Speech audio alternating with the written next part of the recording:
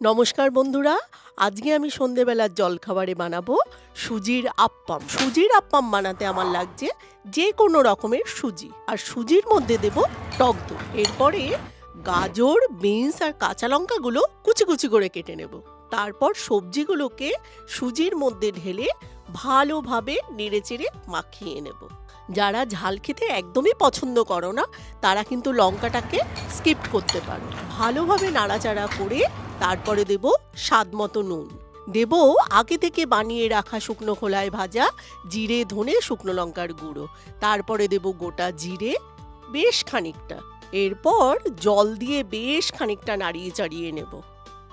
এইবার আমাদের বাড়িতে থাকা পিঠে বানানোর ছাঁচে খানিকটা দেব সোয়াবিনের তেল, দিয়ে ভালোভাবে কিন্তু নাড়িয়ে চাড়িয়ে নিতে হবে।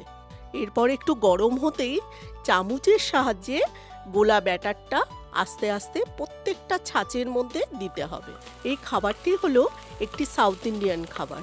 প্রায় দিন সন্ধেবেলায় কিন্তু আমি এই খাবারটা বানিয়ে ছেলে, বৌমা, মেয়ে সকলকে দিই। দেখো কত সুন্দর টোপা টোপা হয়ে ফুলেছে।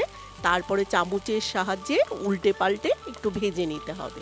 কিছুক্ষণ ঢেকে রাখার পর যখন এগুলো লাল লাল হয়ে যাবে, তখন আমি একটা প্লেটে তুলে নেব। সাউথ ইন্ডিয়াতে এই খাবারটা নারকেলের চাটনি বা সাম্বার দিয়েও কিন্তু খায়।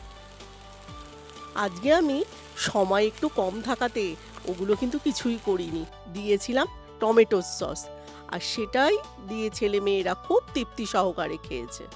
রেসিপিটা যদি তোমাদের ভালো লাগে তাহলে অবশ্যই কিন্তু লাইক করে দেবে আর কমেন্ট করতে ভুলো না কিন্তু। আর ইউটিউবে যারা দেখছো তারা অতি অবশ্যই কিন্তু সাবস্ক্রাইব করতে ভুলো না। দেখা হচ্ছে পরের ভিডিওতে।